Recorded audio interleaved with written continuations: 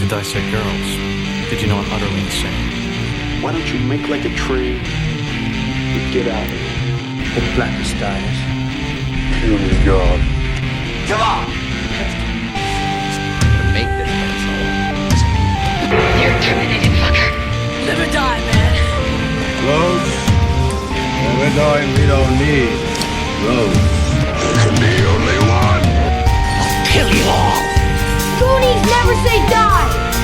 We all need each other.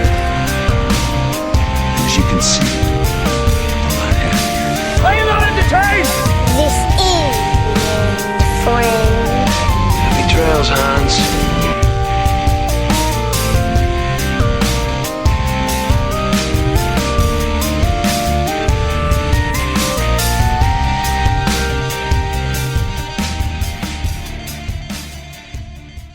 Welcome back to the Skewered Universe podcast. My name is Jeff. And I'm Lay Ann. We got something interesting to watch tonight, but before we get there... We have something interesting every time. That's true. I'm saying interesting in the fact that I don't know how this is going to be because it's a remake of a film I really, really love from the 70s. Okay. Before we get to what we're watching, although if you've kept up on social media, you all should know what this episode 90 is all about. First, there's been a lot of shit that has happened since the last time we did our quick little update and randomness episode. Do tell. Well, one, we both have new glasses. Yeah. So we can see, finally. Yeah. I finally got my first prescription sunglasses. And they are adorable. They mimic my mom's. And they're really cute on you, I gotta say. I love them. They look good. I had to get progressives for my regular glasses, and I did not opt to get progressives in sunglasses. I said, nope, keep them bitches single vision. Polarized. I need something simple, but not gaudy, I guess. So I just went with gunmetal sunglasses. Gunmetal metal frame. And I got Armani Exchange for my regular glasses. Ooh. Fancy. I only picked them because I sent a picture to Leanne, and she goes, pick those ones. They don't hide my eyebrows, apparently. Yeah. But yeah, it's been crazy trying to get used to I almost said transitions. That's the progressive lenses. It happens. Having astigmatism in both eyes. Same. They told you could, and you opted not to do it. Yeah, nah. I opted for it because I'm on the computer doing so much stuff with podcasting and then TikTok content creation now and all this other stuff that I needed it. So I did that. My healing that we talked about in the last one from the lymphedema, that's going well. Doctor visit is going okay. Yeah. Went well this last week.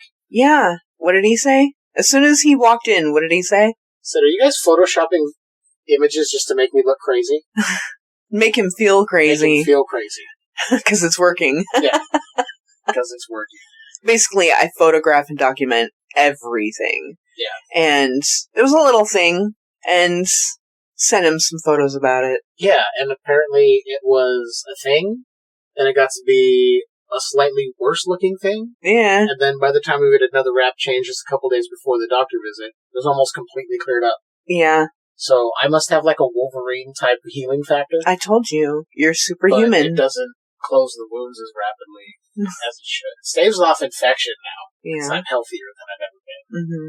Just real quick, political landscape has seriously shifted since the last time. I don't know which way you guys lean listening, but we here, Skewered Universe, much like the Midas Touch Network that I watch, because they're the only ones giving us real info, I feel, we're pro-democracy, so we're behind Harris's bid for the presidency. That's what I'm going to say. If that's how you feel, do your part, vote. Let's keep this momentum going, because otherwise, you may not get any more of this podcast. And this is fucking gold. Don't you want this? Jokes aside, it's a serious thing. Let's get out there. Let's, vote. Save democracy. Vote. Be on the right side of history. And don't vote for Harambe. Lincoln, don't be a dick. Yeah. Let's not do that. I'm confident that the younger generation is 100% voting for Harris because they seem to back her a lot. Okay, that is the end of political conversation here. We may touch on it in later episodes as it gets closer to the election. Leanne, what have you been doing lately? You been watching anything interesting, playing anything interesting, doing anything interesting that I may not know about? I don't think so. Oh no. The realization that I'm super boring just hit me. No, you're not boring. Sometimes people get to things, sometimes they don't. I've basically just been scam catching. That's all. Which is a lot of what you do, and you're good at it. It takes a lot of work. Yeah. I have a lot of people depending on me. Yeah. And in different countries. Which is good. I often have to translate Bulgarian, Russian, Spanish, German. It's tiring, but I like helping. And you're good at it, and you're a good help. Thank you. You've made a lot of differences in some people's lives Thank that you. are willing to accept Yeah. the advice and the help you are offering. Yeah. And I will leave it at that. Well, I have proof to back up what I say, and I put that pinned on my profiles. So people see immediately what I'm about and that I'm not full of shit. Yes, I can get these guys. You can trust me. Which means a lot, because then you're not just saying something like the obvious scams of like, I can get your money back if you've been scammed. If you put money in gift cards, I can get it back. Well, no, you can't. No, you can't. No. You can't retrieve their money. You're as bad as the scammers who took the money in the first place. So, from me, Jeff, myself, this is not Leanne speaking, this is just from me. Fuck off, you cock-mongering pieces of shit. I don't think they're listening to our podcast. No, but if one of them happens to, fuck the hell off. I like to tell them to fuck their mother. Which is always a good one. Yeah. It's my favorite. It cuts deep every time. Yeah. When they play ignorant in my messages, I like to tell them I eat babies. Which is fucking fantastic. I got one guy to tell me that I would still go to heaven, even though I ate babies. Wow. Yeah. Wow. I didn't know that was possible, but hey, for any of you out there, if you eat babies, you might still get into heaven. Yeah, according to the real greatness. Yeah. I could go on for hours. I know you could. I'm holding it back, I really am. We don't, well, I don't want to say we don't, but we haven't been watching any of the Olympics, so sorry, no Olympic coverage here. Not really. Usually I tune in, but this time I kind of forgot it was happening. I only see what's on when I help the next door neighbor. Yeah, I kind of know. I know the controversies coming out of it, which Dumb. y'all need to grow the fuck up. Anyway, I think this being an election year it's way more important to focus on that happening than the Olympics, in my opinion. Kind of see what the state of the country is. But anyway, as far as what I have been doing, I watched season 4 of The Boys. Mm-hmm. Holy fucking shit, that season was nuts, man. Oh my god. It would be funnier if it wasn't so accurate to certain things that have happened, like the MAGA movement. It mirrors it, so I commented on threads that this show, this entire season, basically held a mirror up to all of them and was like, do you see how ridiculous and stupid you all look? Do you see how hateful you all look? But then, of course, there's over-the-top violence and superheroes lasering people through the head, just blood everywhere, which I love. I'm a horror guy. So you give me blood and carnage, I'm gonna lap it up like a fucking dog who hasn't drank in 6 weeks. I don't know if I'll survive 6 weeks without drinking, but just... I don't know, but why would you say that? I don't know, but yeah, I'm gonna lap it up, okay? Like a dying dog. I'm gonna lap it up like Homelander when he gets breast milk. And those of you who have seen all 4 seasons will understand that. Leanne needed context when a certain scene took place. She was like, wait a minute. I have zero context. I have not been watching, and all of a sudden I look up and I'm like, what? And I even told you, I said, I don't want to know the context. I just want to know if there is context. And you're like, yes. I almost did, and you're like, I don't need to know the backstory. No. Just clarify if there's context. I'm like, yes, there is context. There is some really fucked up context. That, and then you're wondering what the fuck was going on with the Deep and the octopus. Yeah. And you're like, wait a minute, is he? I'm like, yeah, he fucked the octopus. I had to tell her, guys. I had to tell her. I mean, yeah. That's about all I've done, aside from doing Tales from the Podcast every Saturday. Mm-hmm. If you guys missed last Saturday, go check that out on YouTube. And if you don't do anything but audio, that'll release probably next week or the week after. I had Mary, our good friend Paul's wife, on with me last week to discuss another episode of Are You Afraid of the Dark? The Tale of the Frozen Ghost. So go check that out.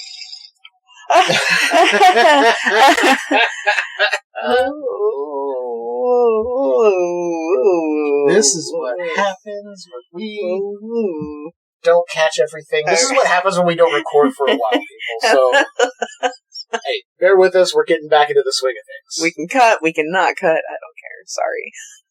It's perfectly fine. It's just an alarm. And speaking of Tales from the Podcast, remember, we also have a video game, Tales from the Podcast, the fucking video game. It is available now for PC. All you have to do is send an email, via PayPal, send $10 to talesfromthepodcast13@gmail.com. You will get your copy of the game. And if you're someone that needs a little help for an extra $5, toss it our way. We'll put cheap-out access, we'll slip you the code, you get in there, you get your stuff, you do a little cheating, you're good to go, Slap some bitches around in the game, throw some cum socks, it's all good. But yeah, check out the game, support that, make sure you support Tales of the Podcast, but that's... Cum socks are so funny. Anyway, we are here for Skewered Universe tonight. That is the podcast you guys tuned into. That is what you want to hear. Are you sure? I'm positive. Oh. This is my baby. Oh, yeah. Tonight, we are watching... Psycho Grannies. It's called Rabid Grannies. And eventually we are going to get to that. And I might have to reach out to see who might want to come on for that lovely film. I have no idea. I've never seen it, so... Leanne, do you want to tell them what we're watching tonight in case they didn't pay attention on the socials? It is the 2018 version of Suspiria.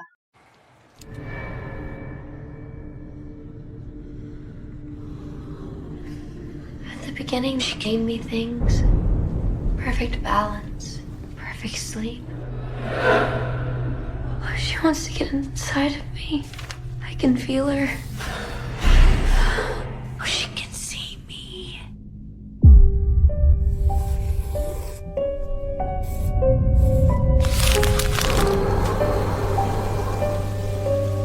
When you dance the dance of another, you make yourself in the image of its creator.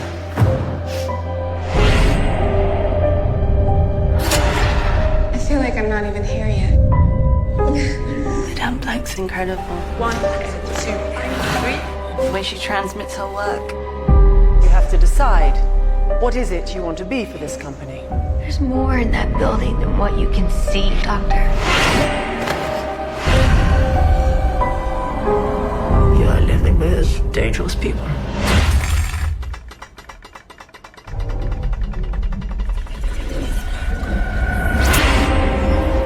Three mothers, pre-God, pre-devil.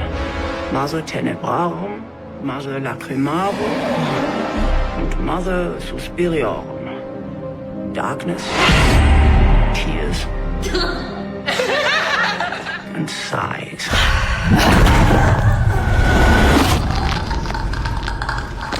You're making some kind of deal with them. I don't know what you're talking about.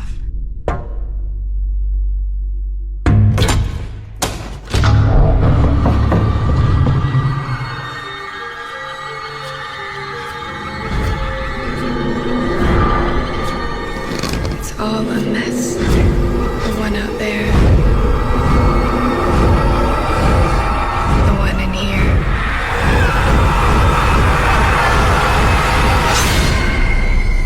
The one that's coming.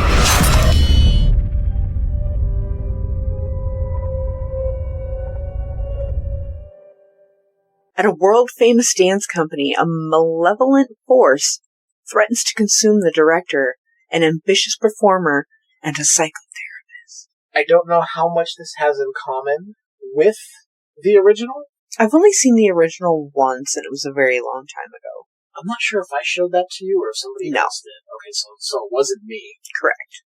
Because I have a very cool DVD version that I cherish because I love that movie so much. Somebody got it for me years back before I met you as a birthday present. They're like, here, you need to own this movie. I was like, holy shit, I've only heard about this. And then I watched it, and I was like, I love Italian cinema. I love Italian horror. But this movie stars Chloe Grace Moretz, Tilda Swinton, who is always fantastic. Of course. Mel Gorzada Bella, Dakota Johnson, Angela Winkler, Alec Weck, and Elena Fokina. This is the cast listing as per Amazon Prime. As you know, this is the Amazon original from 2018. All that said, let's get to it.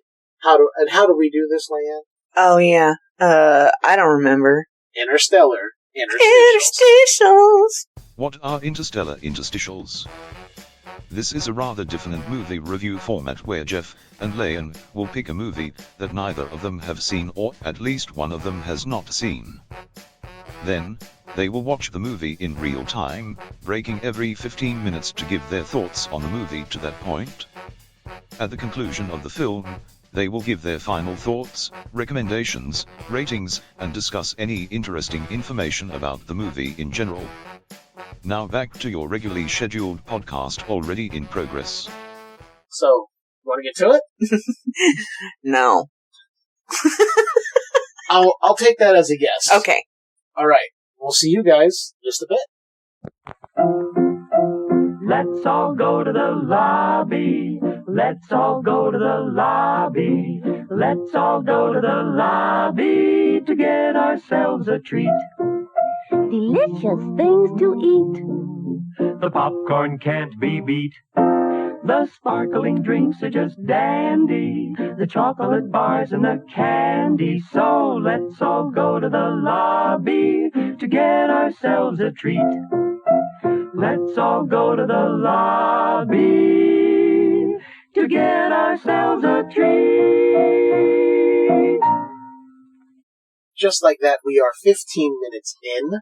And hey, our equipment is working correctly now. Yeah, we had a slight little hiccup, so if you hear anything odd and it sounds like things are cut together, just know I had to save one file and then stitch this together, so apologies for any... Your computer got possessed. Yeah, the waveform was going backwards when we were trying to record, so...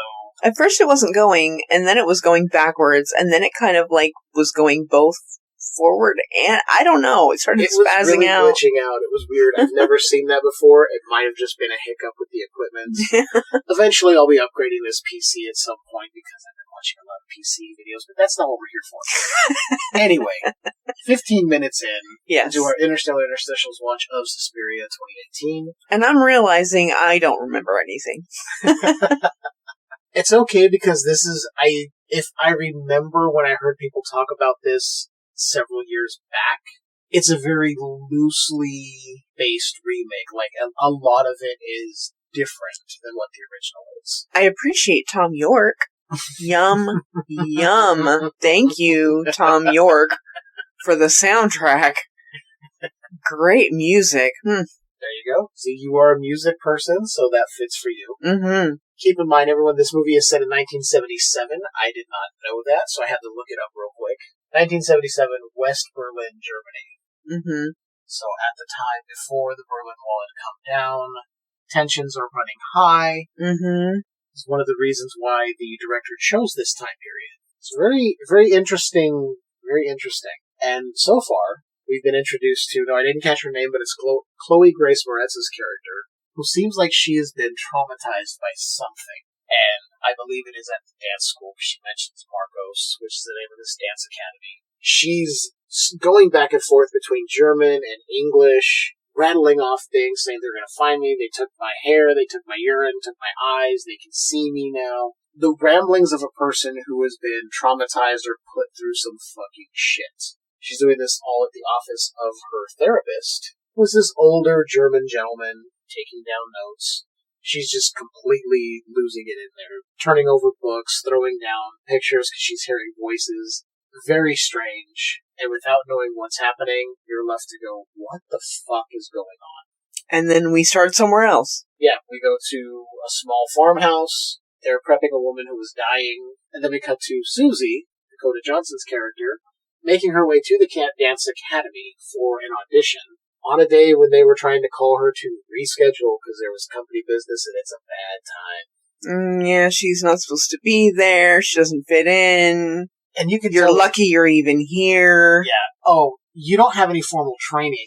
You caught the main woman on a good day. Yeah. So you're lucky you're here. You don't get to dance to music. You can keep time in your head. And she basically starts, and then we cut to a dance class full of other young women dancing. So I assume she made it. No telling. It could cut back. We're not sure yet, but so far, very intriguing as to what's happening. Yeah. It seems like a slow start, but the original Suspiria also had kind of a slow, like you get something intense in the beginning, and then it really slows down to build up to that crescendo. So I'm hoping this takes at least that point from it. I'm a huge fan of the original, like I said. So I'm not keeping my expectations high for this one, but I'm keeping them realistic. It's hard though when you're a fan of something and watching a remake to not be like, oh, I hope this is as good. Mm-hmm. If it doesn't reach that level, that's fine. As long as I walk away entertained at the end of the day, we're good. But yeah, so far, pretty interesting. I'm all for seeing what's going on. How about you, Leia? Yeah. All right, so shall we stop here, get into it some more, and hope that the computer doesn't freak out again? No. All right, well, that's the show, everybody. No, we're going to get back to it, and we will see you guys, well, we'll talk to you guys in just a moment. Visit our concession and see for yourself the delicious treats, drinks, and snacks awaiting you. If you are thirsty, try ice-cold soft drinks or a cup of hot, flavorful coffee. Get something to go with it, like a sizzling and satisfying hot dog or a tasty, tender sandwich. Try one of these delicious treats, and you'll be back at the concession for more before the show is over. The service at our concession is friendly and efficient.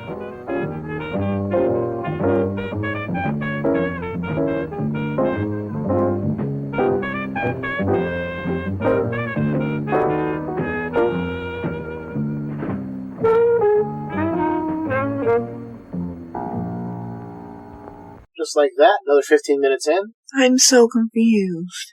I am too, but I'm pretty sure we're going to get some clarification. Okay, because it's bouncing around, and I know that's its intention, is to be a little jarring is not the word. Disorienting? Disorienting, yeah. That's a good word, because immediately some of the camera work in the beginning was the same way. The camera work, the reflection work, like in the mirrors or whatever, and then they had a kitchen shot, which was just this really long shot. And I want to see the behind the scenes of how they did that shot.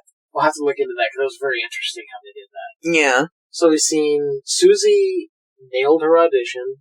Mm-hmm. She's accepted into the dance academy, and they're like, hey, you get a free room if you stay. We're not going to charge you. We are very mindful of a woman's financial autonomy. It sounds like they're going to pay her. Yeah. Just not that much. Not much at all. And she was immediately confused. She was expecting to have to pay. And of course, never mind, I don't want to skip ahead. But during her audition, we cut to another room full of dancers, and we're introduced to Madame Blanc, who is Tilda Swinton. And I don't know if she can hear the panting of Susie as she was dancing, or was hearing the footsteps as she was dancing. Well, I have to say that I appreciate the way she was breathing as she was dancing, because it was with the way she was dancing. So you can tell she's the type of person that doesn't just dance. She lives, eats, and literally breathes dance. And her form was amazing, of course. So she is accepted. Madame Blanc shows up to her audition, and I was just kind of staring at her. Tilda Swinton has already got this ominous presence, and it's off-putting, and I'm like, ugh.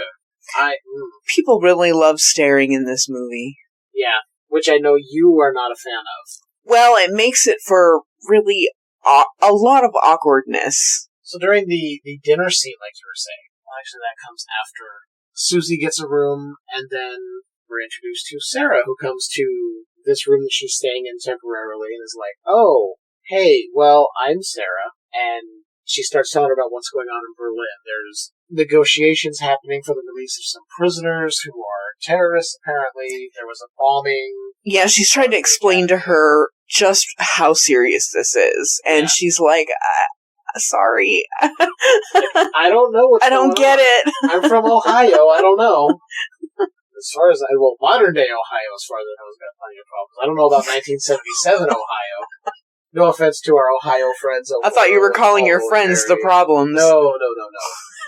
They're the good in Ohio. All of our Ohio friends, we're sorry. But you have also made note of the shit that goes on in Ohio. Anyway. Well, with the dinner scene, it was also playing some kind of audio of people voting. Yeah, they were voting. And I believe it was heavily in favor of Madame Blanc. Yes. And then it was Mother wants to try again. And we have to choose who to try with. It was a travesty what happened to Patricia, who was the girl we met in the beginning, who is now just gone missing. They're not sure if she's gone underground. Whatever's happened to her, there's no clue what's happened. And it looks like they're going to try Sarah, but then maybe they're going to try Susie instead. It's not really clear, because they say, oh, maybe we should try Sarah, and they're like, yeah, it was good we sent her to fetch that American girl. Yeah, and also, oh no. Did you like click? Oh, your waveform is going backwards. You got to save the file and start over. There's so much happening because it jumps around so much. Oh yeah, I guess it's her psychiatrist or something. Yeah, therapist. We find out that he travels quite a distance to his office every day. Yeah. And when he goes home, it's to a very, very humble home. Yeah. I don't even think he went inside. No, he swept off the step and then was just sitting out under a tree. Yeah. He touched a spot on a corner of the house where he had carved his and his, I'm assuming his wife's initials, who has since passed because he's there alone. Mm-hmm. And you can just see he's very much just kind of going through the motions. I come home, then I go to work. Then I come home, and then I go back to work. Mm-hmm. How this ties into anything, I don't know, but I'm certain there's something. Yeah.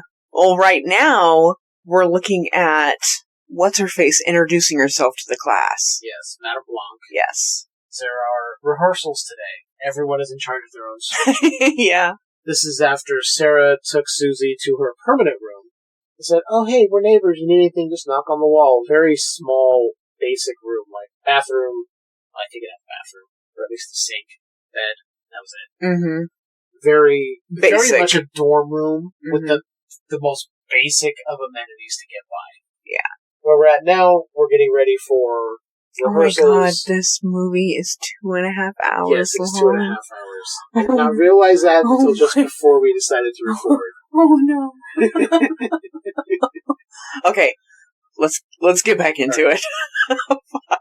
We're gonna get back to it. We'll talk to you guys in just a bit. It's intermission, it's intermission.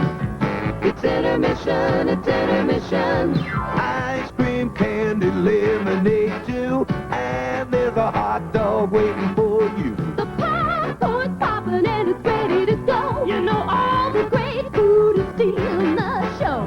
Get up out your seat and get yourself a tasty treat down at the snack bar. Snack bar. Pardon me, boy. Yeah, baby. Will you take me to the snack bar? You know what I like. Everything's ready when the first meal's over. Nothing like a pizza with a ice cold cola. Get up out your seat and get yourself a tasty treat down at the snack bar. Snack bar. It's intermission, it's intermission. It's intermission, it's intermission. It's intermission, it's intermission. It's intermission, it's intermission. Get up out your seat and get yourself a tasty treat down at the snack bar. Snack bar. It's intermission. Well, this picked up a little bit, didn't it? A little bit. Rehearsals got a little heated. Sure, yeah. Madame Blanc, because Patricia is nowhere to be found, said, okay, Olga's gonna dance her part, and Sarah's gonna dance Olga's part. But Olga is too distraught over Patricia not being around and no one knowing where she went to be able to dance the part effectively. So what we're getting is her breaking down, telling her, like, you're all a bunch of hypocrites. We need to know what happened to Patricia. That's why she was so scared about you people, and she was right. You need to call me a cab. I'm out of here, you bunch of witches. Mm-hmm. It's like, oh, alright. She goes to leave. Madame Blanc looks around the class and goes, okay, who wants to dance that part? Nobody. Nobody. Except for Susie. Madame Blanc goes, well, we rehearsed this part for 10 months before She pulls a Christina Aguilera. She's like, I know this part inside and out. I could do it. I could do it. I've watched them dance in real life. I've seen them do it. I could do it. Well, she said specifically she's seen this performance multiple times at the library. She memorized it and saw it in person. Yeah, like I said, she pulled a Christina Aguilera in freaking burlesque. So there you go. Suspiria 2018 is just like burlesque. practically identical. Down to the sharing an apartment with a dude who has a crush on her, but also no, I'm kidding. That's not happening. So we get Susie performing the dance. Madame Blanc is like, all right, show us what you got. Meanwhile, other girl is trying to leave. She just wants to get the fuck out of there. She's going down the stairs, runs into two other women who are there who are laughing. Cackling, kind of like witches. Yeah. And one thing we didn't touch on, I'll touch on it here. There's this one woman in the house who's wearing these really big, thick glasses. Yeah, she's like a golem hanging out in the freaking rafters. Yeah, very kind of, and I don't want to say this in a negative way, kind of mousy. Keeps to herself. Seems kind of very introverted. Yeah. Stays away from everyone else. Yeah. Always hanging out in dark corners. Staring. She's hanging out somewhere in this house and closes her eyes and seems to be concentrating. Olga's eyes start heavily watering. Yeah. And it seems like she's compelled to go somewhere against her will because she's sobbing, but she's walking into this room. Turns out to be where Susie auditioned. Yeah. And the door closes behind her. And she can't get out because it is all glass panels. There are no handles, nothing. She's locked in this room. And from here we get a pretty decent, I don't want to say decent, I want to say a pretty beautifully grim Well, right before she starts dancing, she touches her. She touches her wrists like she's pinching. Yeah. And then she lets go, and those pinching spots are, like, glowing. She does the same to her feet. She pinches her feet, holds it. When she lets go, those little parts are glowing. So she's putting some kind of spell on her, essentially turning her into a real-life voodoo doll. Because everything she does, the big movements start throwing Olga around the room in a similar fashion of dancing, but in a more grim and break apart your bones and destroy your organs kind of way.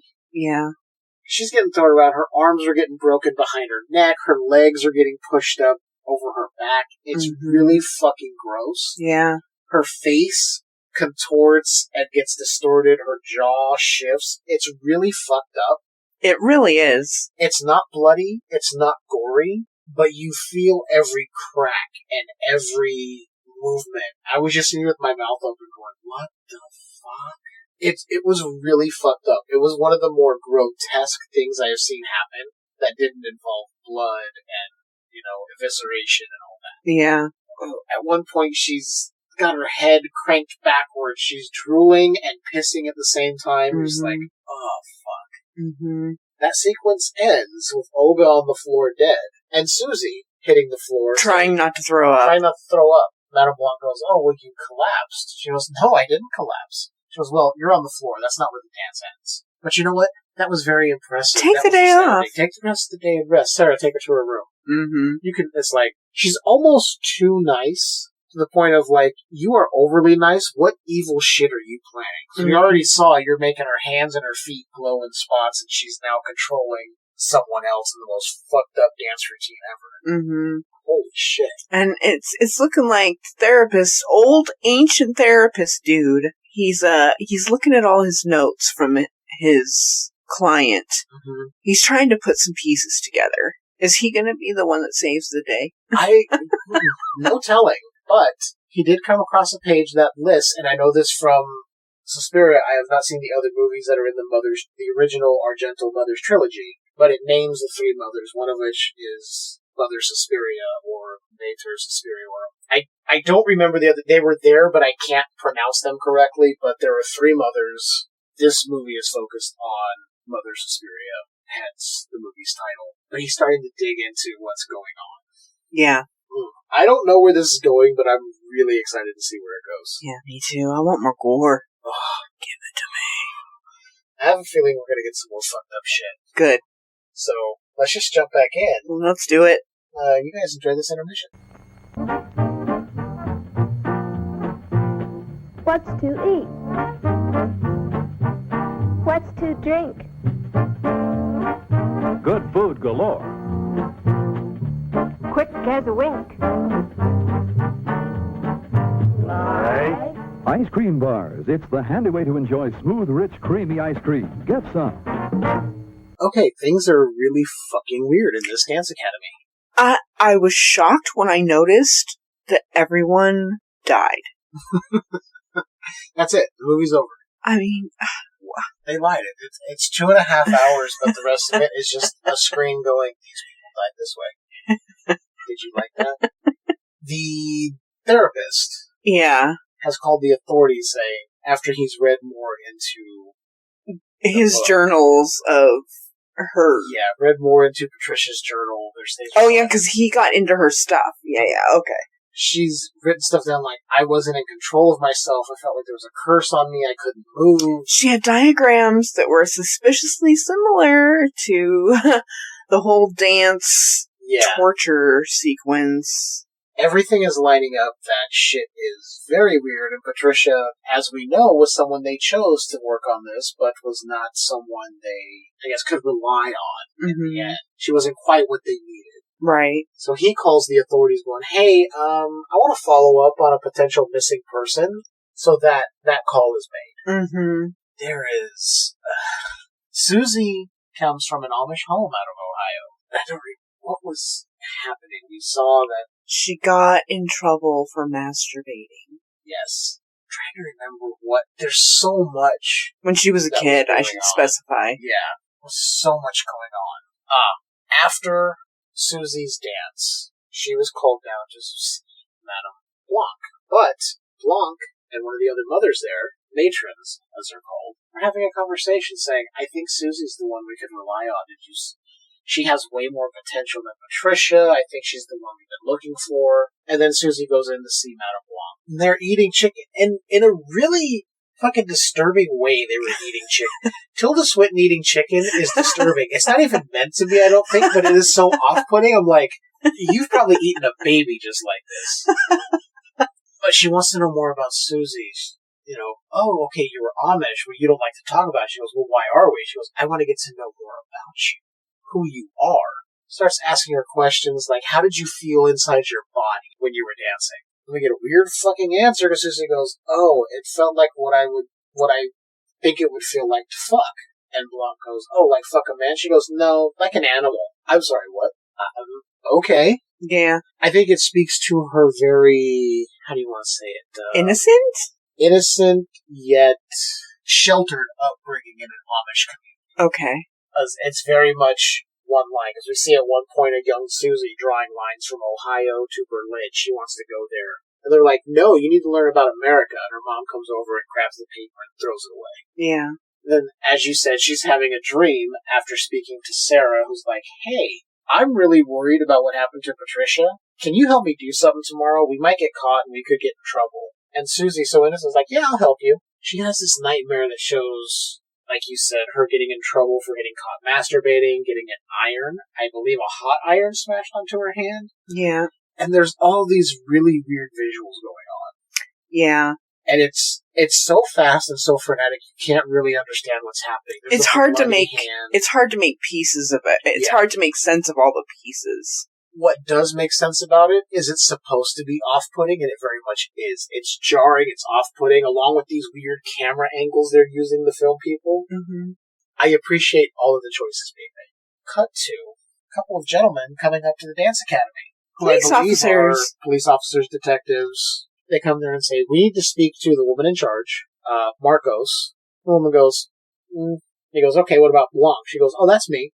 Clearly it was not her. Yeah, it was not her. This is one of the other women. I don't remember her name. She's one of the older matrons. And they go, okay, well, we need to speak to her about a potential missing person, Patricia Hinkle, that was here. It's like, okay, follow me. We cut back. Sarah and Susie are now sneaking around the academy. They go into this office. They're trying to find Patricia's records, see if they can find anything that might tell them Or Olga's records. Or Olga's records. They are not there. No. Well, Susie, while Sarah is rummaging through file cabinets, hears laughter.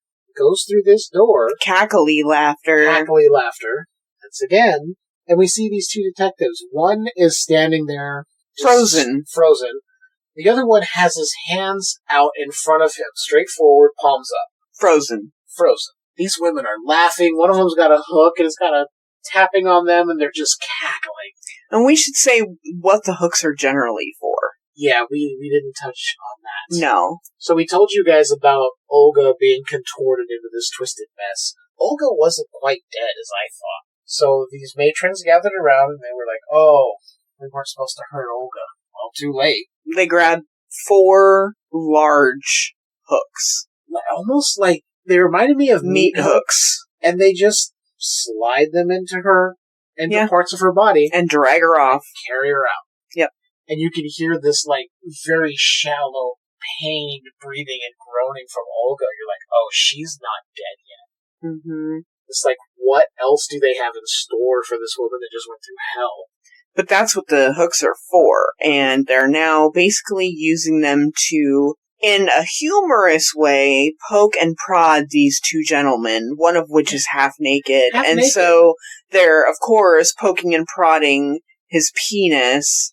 Laughing at it, cackling. One of them was like holding it up with a ruler, and then they're sitting there watching it. As I guess he got an erection, and they're just like, know. And Susie is smiling, kind of like, oh, she doesn't understand. Yep, it could look like, oh, this is some weird playtime they're having. Yeah, she's like, oh, there's just some grown-up time. Oh my God. Yep, no. She also grabbed something from the office. Neither one of us could figure out what it was. We could have paused it, but then it messes up our timer, because we use a timer. So we gotta pause the timer, and we gotta come back. So inconvenient. I think we'll find out what it is. It'll come back, yeah. But she goes back, and Sarah's like, there's nothing here, we gotta go. I'm waiting for her to get in trouble for this and get her hair chopped off, because she already got her urine taken. Yeah. Now I'm expecting her hair to get taken. Yeah. So now we are at another rehearsal, but Madame Blanc comes in and goes, no, we're learning something new today. Cover the mirrors. Cover the mirrors. She pulls this big curtain over and she goes, we're going to learn this dance called Open Again. I don't remember what it was in German. I don't speak Deutsch. I don't. So. Basically New Beginnings or something. New Beginnings, Open Again. She goes, we're going to learn this, but Susie, you're going to freestyle. I want to see what you're in the center. So essentially, she's going to be in the middle. The girls are going to be around her. They're going to be dancing specifically. She's just going to be winging it. Yeah. It's like, I want to see what your intuition is in the moment. I want to see how you handle this and what you do. And that's where we're at right now. Yep. This movie is as weird, if not maybe more weird than the original from what I remember. Now, I haven't seen the original in a long time, but I'm appreciating the choices here so far. For me, I'm really enjoying the aesthetics because I like really big buildings like that. Like, it just, part of my heart just loves it so much, and the big windows and that big curtain. And I also love Tilda Swinton, how she's got this long braid, and she's wearing this really long dress that's like fitted until the skirt part, and it's very long and flowy. And I think it's got arms, sleeves. Yeah. It's very plain. Yeah.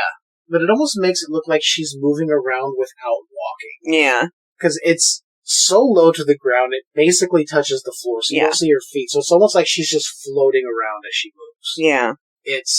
I'm excited to see what's going to happen next. Yeah. I don't know who else is going to get killed, but I'm sure somebody's going to die. For sure. I mean, this is getting weird, and I love it. Me too. It really has kind of a 70s weird vibe to it. Yeah, they accomplished that really well. Yeah. So what do you say? Want to jump back in? Let's get back into it! Alright, we'll be right back after these messages.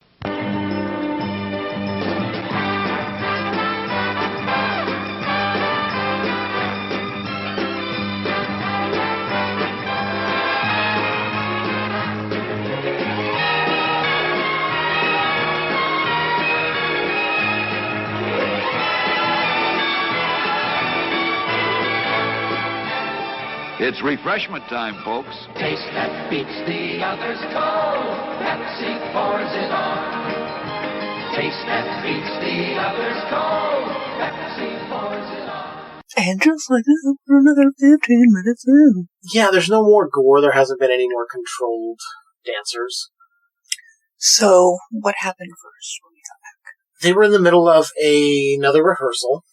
And Susie started making these movements. Her shoulder blades were looking, to me it looked very odd. They were pushing up out of her back and then almost coming together to me. Like she was writhing and feeling something otherworldly. Then they cut to a shot of, no telling where this is, but this weird, kind of almost blood-caked, weird, long fingernail having hand. Like was pushing up. I assume on the bottom of the floor where Susie was touching the dance floor, They might have been underneath.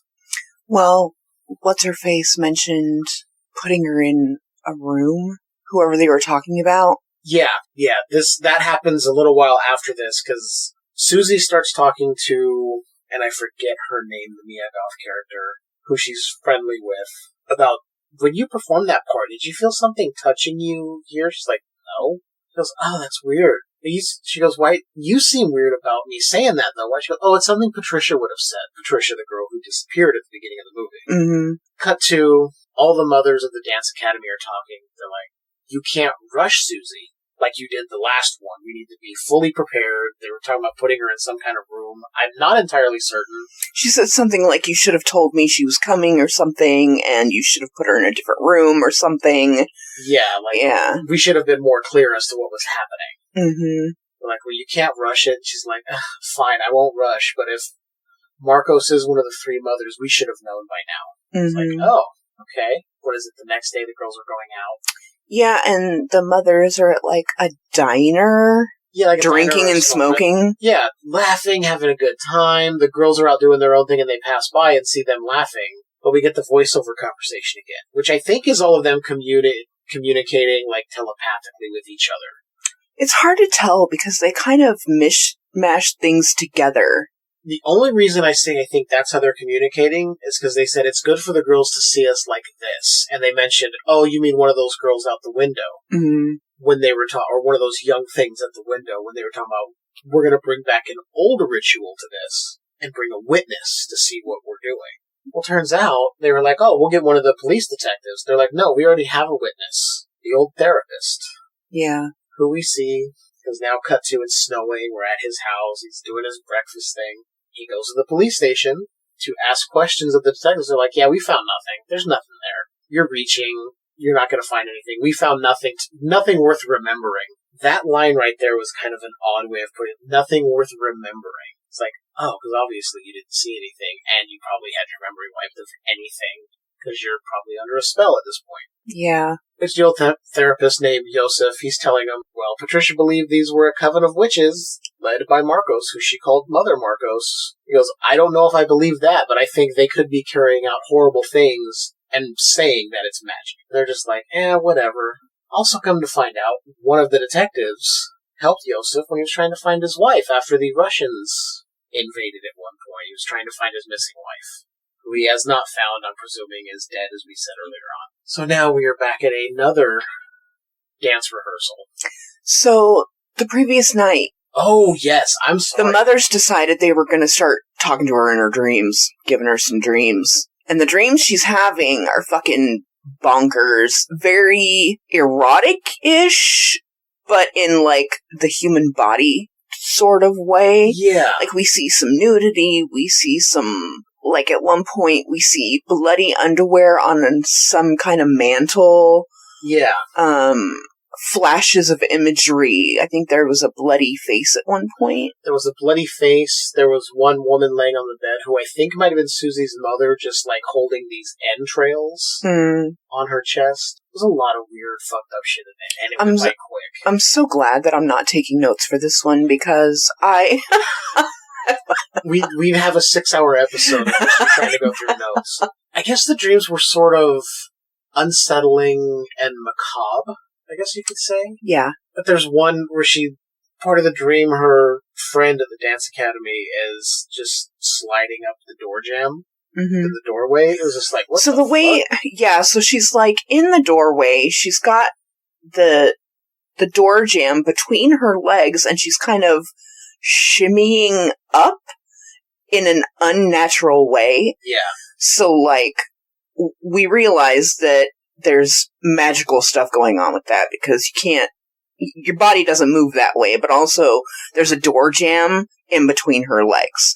So there's a lot of sexual imagery. Mm-hmm. And Susie only wakes up because she starts screaming, I know who I am, I know who I am.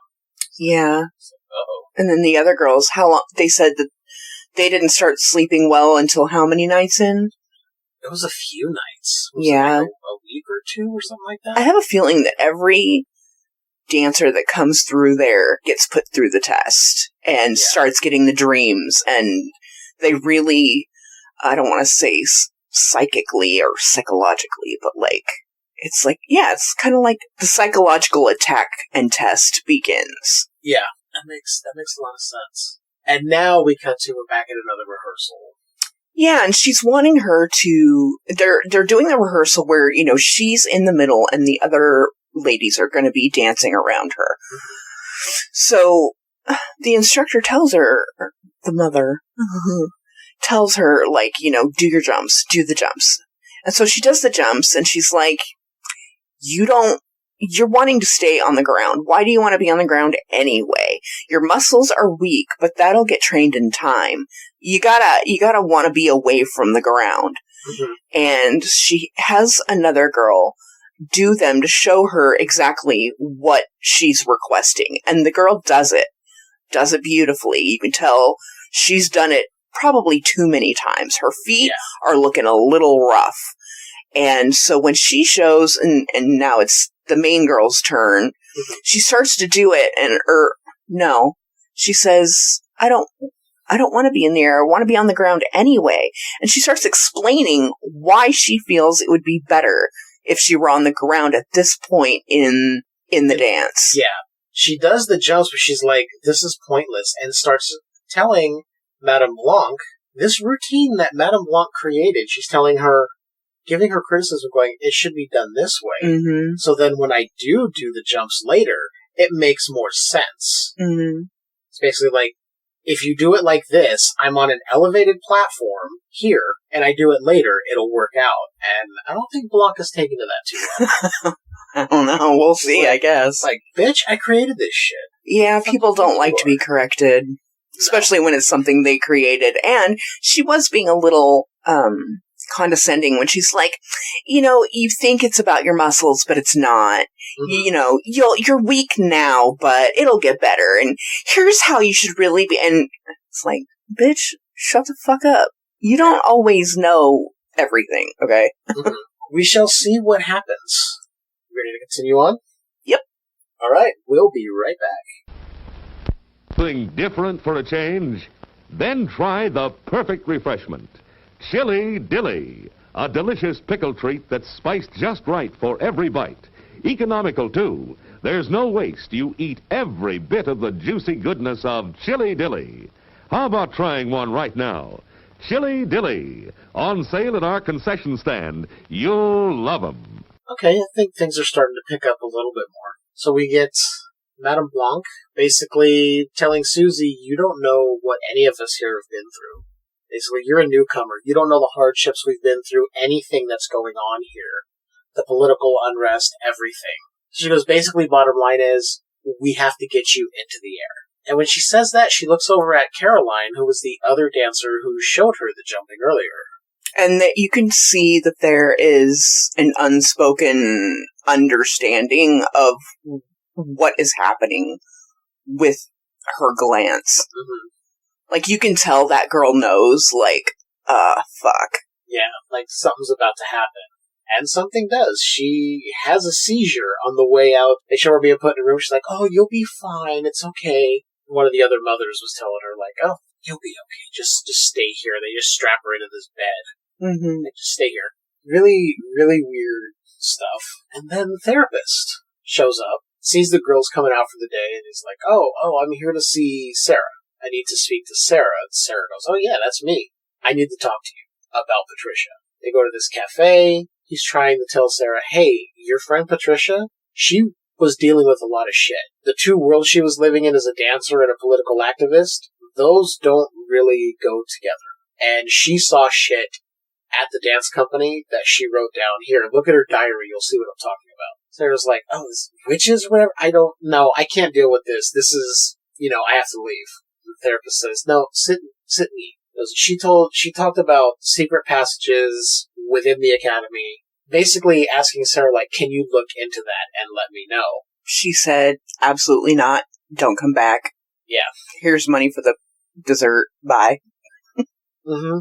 So we come back. Sarah's she's in the bathroom. She's going to her room. And she looks at Susie's room. One of the others like, oh, she's not back yet. Maybe she's out with maybe she's seeing someone. No. She's in the all-mirror dance hall where her audition was, with Madame Blanc learning how to jump. Mm-hmm. being told something about it's not about the height.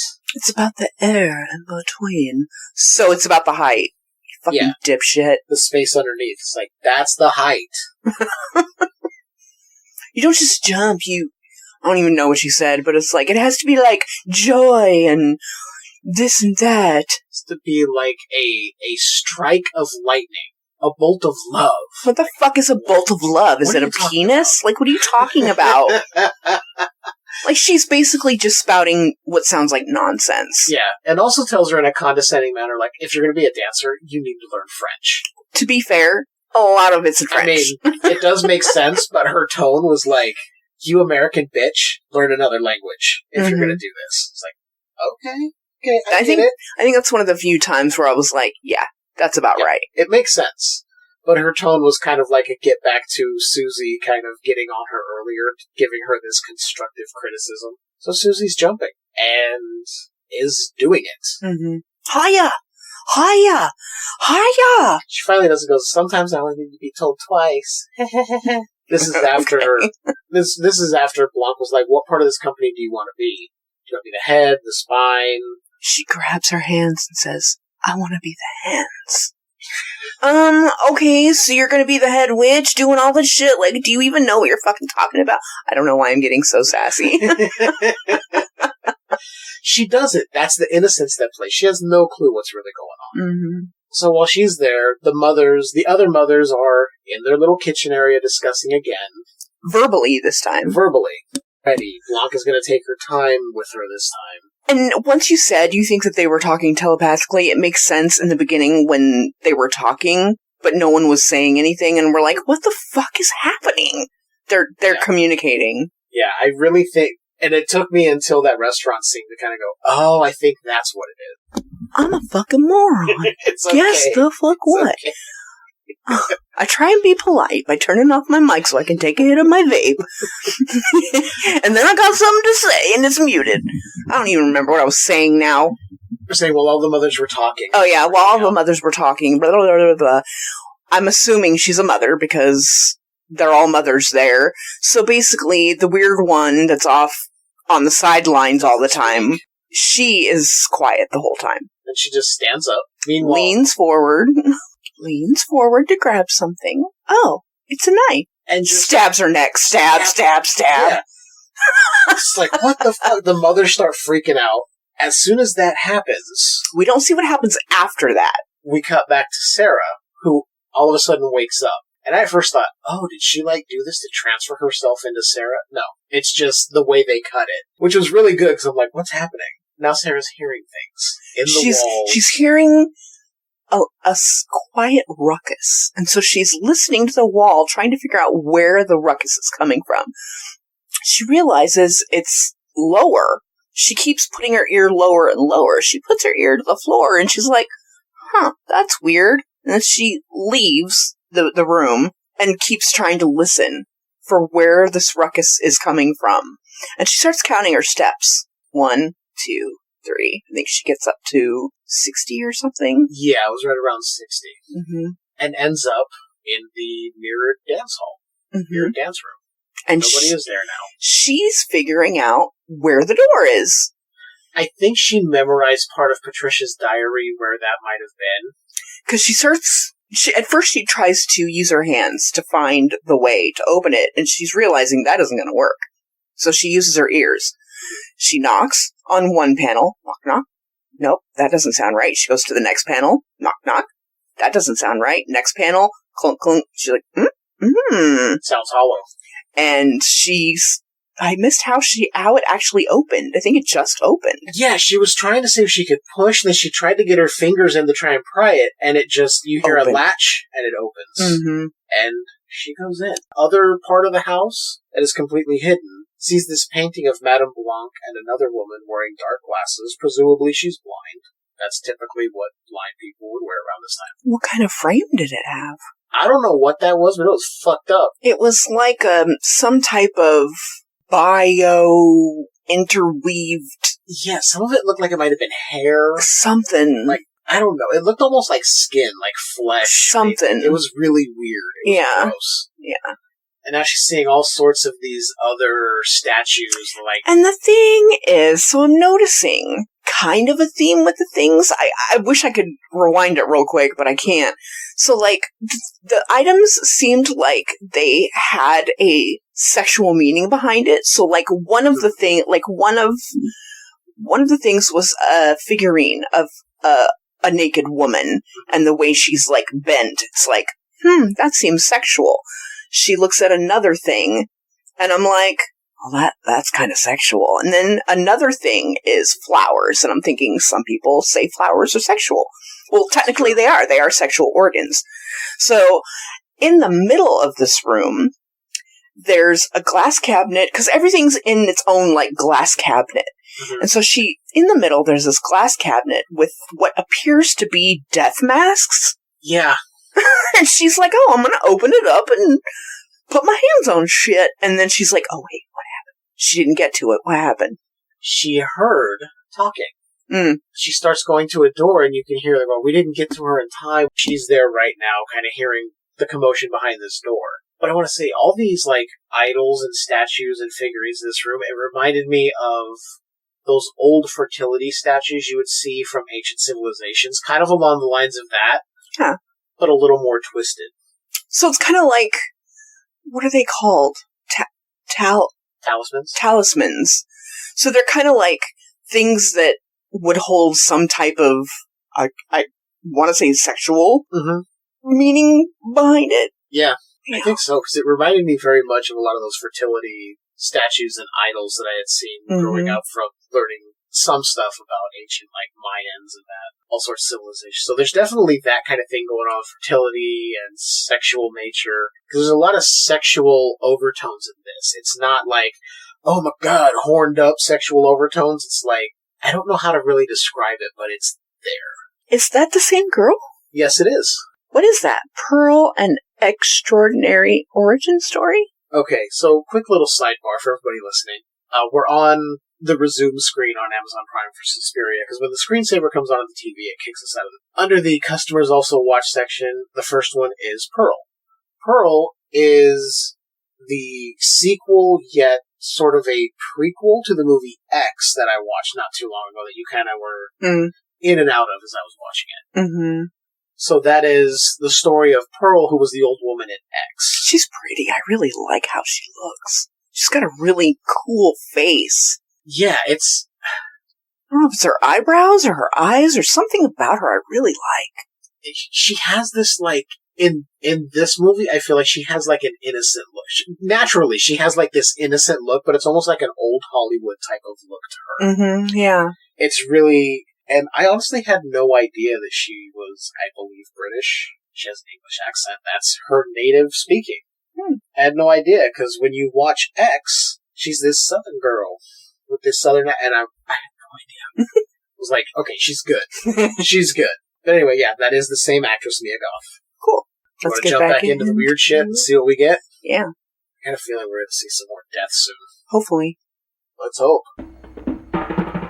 The time is now, the time is here. Now's the time for a bite of cheer. A tasty light where the price is right. Well, look at here, you'll dig this sight. The moment's handy for a piece of candy. Just name your brand, they're all so grand. Hey, what do you think of a nice cool drink? Or a big box filled with a popcorn thrill? Let's taste what's neat with an ice cream treat. Refresh yourself, it's time to eat.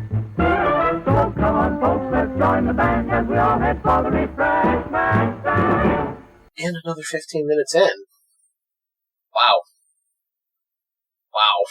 Yeah. So, Sarah, at the door, heard all this commotion going on. Gets startled. Reaches into one of the cases in this room and grabs one of their hooks. Goes back to the door, and then decides, yeah, you know what? I'm hearing chanting, I'm out. She runs off. Then we see her meeting with the therapist, Yosef. Yeah, imagine that. Yeah. He wasn't full of shit. She's like, She's like, excuse me, there's some weird shit going on. There are definitely secret passageways. I found this hook. What do I do? And he's like, get somewhere safe. And does she get somewhere safe? No. No, he tells She her. goes exploring some more. No, we'll get there. The therapist tells her of the three mothers, this and that, like, we come back. He keeps the hook. He's like, they really shouldn't think you have this. He goes, you should put that back. He goes, better yet, leave it here with me. They shouldn't find you with this. They shouldn't know you have it. And you like the touch of the hook just kind of rattling on the table as it was set down. Yeah, he sets it down, and you know how when things are just a little, like it's not flat, it just goes... But it did it for a little bit too long, and you're like, oh, okay. Yeah. Little disturbing that it kept moving around for so long on its own.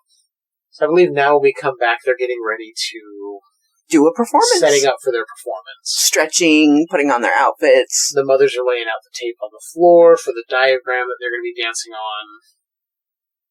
And what does she give them? What do they take from her? Oh, Susie gets her hair cut. Yep. They take her hair. And you can see two of the mothers gathering it up, and one clutches it to her chest and, like, scurries out of the room. It's like, you twisted. Don't even try to hide that you're grabbing the hair for some nefarious reason. And then when we see all the girls, like, I noticed that most of them, if they've had long hair, they now have that haircut. I don't mean now out of the blue, but they all have there is no one with long hair. Right. They either have that shoulder-length haircut, or they have short hair. Mm-hmm. So you wonder how many of them have been tested. Or at least got to a certain point and they're like, we're not going to use them for that. So the girls are all getting ready, and they notice, yeah, she's gone. Where is she? No sign of her. Dance as though she's there. The girls are lined up, and they proceed to do their dance after Madame Blanc introduces it. But Sarah has decided to go off on her own little journey. She found a room. And she found Patricia. Yeah. But Patricia's looking pretty worse for wear these days. Well, let's just say she didn't stick around and help her out. Yeah, I'm pretty sure that Patricia's dead, and somehow they're keeping her alive. Yeah, something. And while she's, talking to Patricia, and she's like, what did they do to you? You see another one on similar to her. Okay, so essentially she's, like, super emaciated, and she looks dead. Very pallid in color. Her eyes are, that pale, like, dead eye look. If you look at a dead body, like, zombie movies do it all the time. The eyes are really faded. And then another one kind of...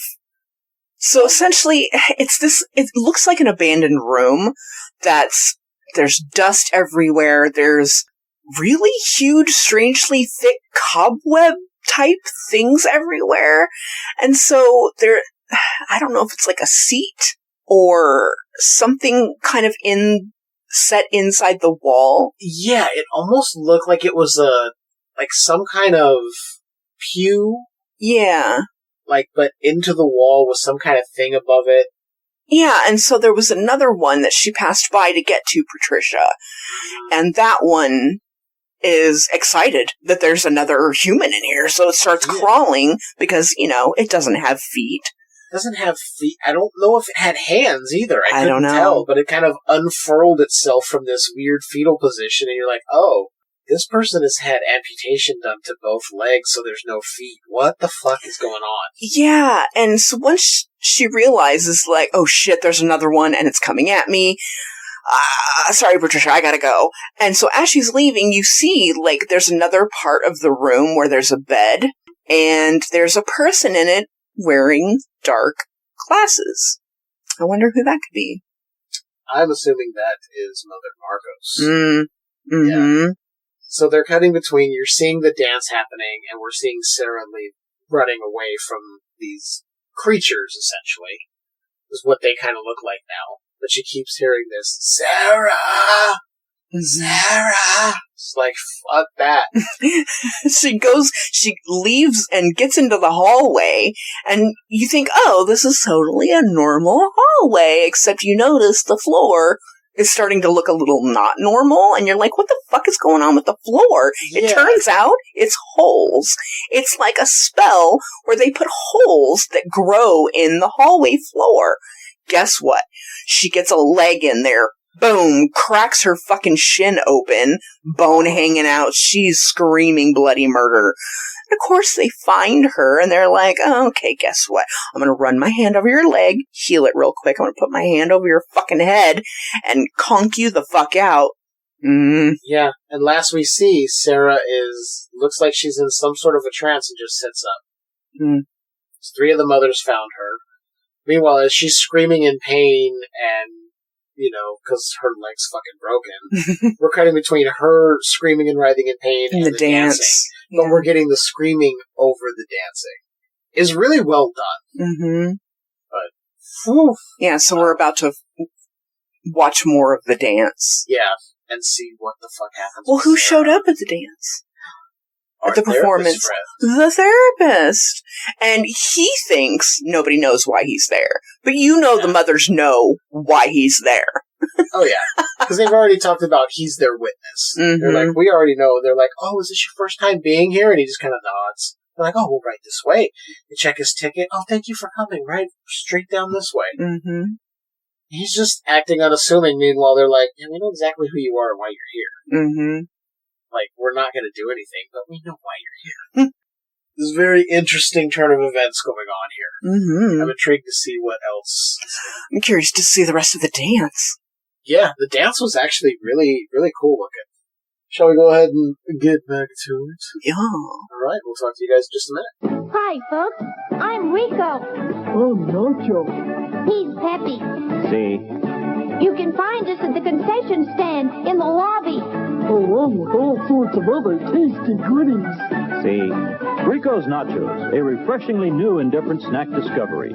Chock full of high-quality ingredients, crisp fresh tortilla chips, covered with creamy aged cheddar cheese, topped off with zesty jalapeno pepper rings. Rico's Nachos, out of sight. Remember, folks, we're the new star at the snack bar, Rico's Nachos, a new taste treat you can't beat. See?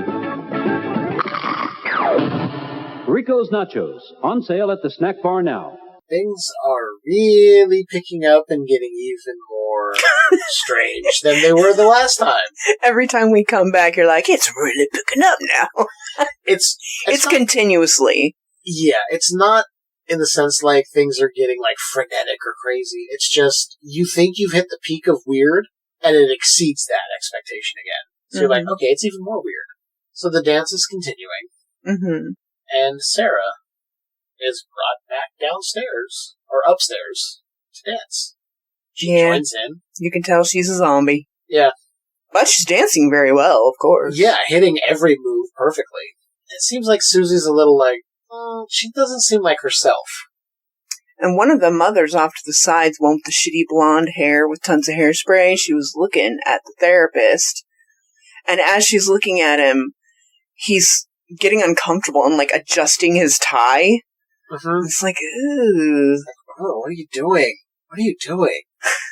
And before we go, his tie, by the way, is knitted. It looks like it's a knit tie.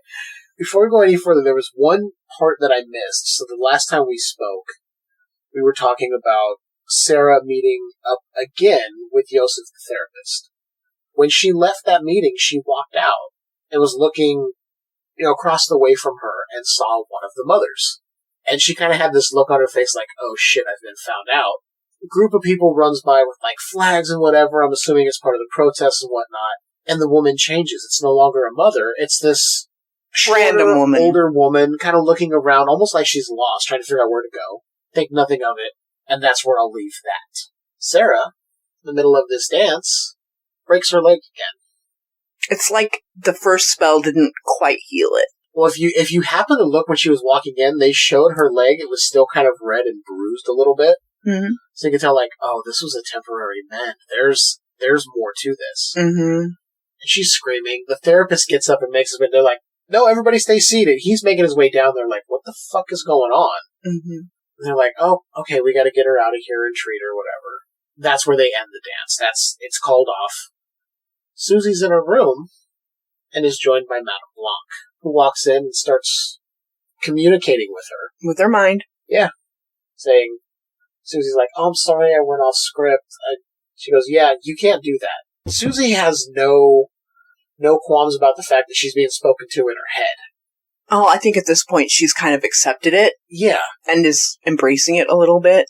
Yeah, I think it's definitely something to do with her being the right choice for whatever they're doing. Mm-hmm. So now, Susie starts getting ready. You see her in her room. It's like this slow motion. There's music playing. She's putting on gloves. She's getting dressed up. They're heading out. Yosef, we see the therapist, and the woman that's there with him, I don't know if she's like a caretaker, his assistant or whatever, she goes, "Oh, doctor, the soup's almost ready." He just bolts. Mm-hmm. We see him crossing a bridge. Stops. Takes this bag. Chucks it over. Turns out it's the bag with all of Patricia's journals and whatever else. And then he takes the hook, throws that in the water. Cut to all the dancers and the mothers at this restaurant. The mothers are like, "Oh, you girls have earned this. Eat and drink whatever you want. It's a celebration. Have fun." But it's not all of the dancers. It's only a couple of them. Yeah, I don't know if it's...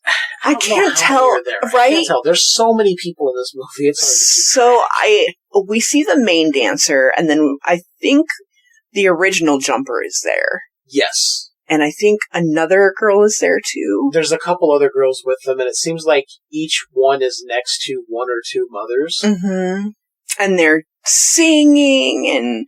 Oh, before we get to that... Oh, yeah. Yosef, after dumping those books, goes home. Notices somebody's in his small little quaint home. This older woman that Sarah saw earlier is his missing wife, who has returned. And he's overcome. They embrace. She's like telling him the story of how she couldn't find her papers. They didn't believe her she was born. She finally got out after the liberation and was making her way back finally. And then we get to the scene of this like singing, and the mothers are strangely caressing the dancers that are next to them. It's almost like they're paired off. Like when they're singing, you see like groups of two. Mm-hmm. And it's like, what? It's really off-putting, and Susie and Blanc are at opposite ends of the table, sitting directly across from each other of this long table at this restaurant, the same one the mothers went to earlier in the film, where they were communing. Except she's not really singing. She's just kind of watching. Just kind of watching, looking across the table, I'm assuming at Blanc at this point, like, nice this look on her face, like, hey. Like I'm a part of the group now. Yeah, things are really weird. We don't know what has happened to Sarah. All we know is Blanc said, "We brought her back upstairs to finish the dance, and you derailed it. So you need to just do what we tell you." What was she saying? She said something to her like, "You want to tell me, but you love me," or something like that. Something along those lines. I don't remember exactly how it was said, but it was really... I feel almost like Susie is looking at Blanc as a mother figure, like the mother she didn't really have. Mm-hmm. Because she's showing this, like, caring side a little bit. Like, Blanc does have this empathy towards her a little bit, but there's a sinister reason behind her being this caring figure right now, and I think Susie's taking it as, "Oh, you're like a mother to me here, because we're all a family." Bitch, your Amish ass is gonna get in some dark shit soon. Whew, I don't know, man. This is getting really weird. Should we, wait, you got anything else to say before we jump back in? Because I don't think so. Alright, let's get back in, and you guys listen to this intermission, and we'll be right back. You've seen the show. It was quite a treat. But now you'd like something to eat, so right this way to the concession stand serving Castleberries, the best in the land. Yes, sir. Castleberries is real southern barbecue. Choice cuts of meat slowly cooked over open pits of smoldering oak coals for honest-to-goodness barbecue flavor. You'll also find hot coffee, cold soft drinks, and delicious ice cream in our snack bar to go with your Castleberry sandwich. Just look at that generous helping of rich, juicy barbecue. Yum, yum. For a real taste thrill, Castleberry's barbecue will fill the... 15 more minutes. Oh, boy. I actually wrote a couple notes this time. All right. I think you needed them. Because I noticed that, like, I feel like we were missing a lot. So I'm like, shit. Like, I don't mean a lot of, like, story. I mean, a lot of little things that I usually catch. Yeah. So I thought, you know what? It's getting kind of toward the end of the movie. I'm gonna take a couple of notes, and they're very, very, very basic. So this is what it says. Okay. Now, forgive me, because this is not complete sentences. You're fine. Go for it. Wife disappears. So essentially, the therapist and his wife go on a walk. They get toward the entrance of the dance school. So the wife disappears. And mothers appear and take him the fuck inside. And they're saying stuff to him like, you had enough time to save your wife and you didn't do it. And basically, he's a horrible human being and they're going to punish him. Yeah, he's like, take pity on me. And she goes, you don't pity the girls that come to you saying they have problems. You tell them they're delusional. Yeah. And they're really pissed about the hook he threw in the river. They're like, look how dirty he made it. It's filthy. They take him into the web room, and we're like, oh no. I don't think people come out okay after you enter the web room. So Susie has been seeing things. She's been seeing every once in a while this like cloud of colors. Yeah, these like swirling colors, almost like it's kind of like a specter type thing. This time she follows it, and she's wearing the most beautiful fucking thing I've ever seen in my entire fucking life. Oh my god. It's like this sheer, flowy brown, which is my favorite color. Oh.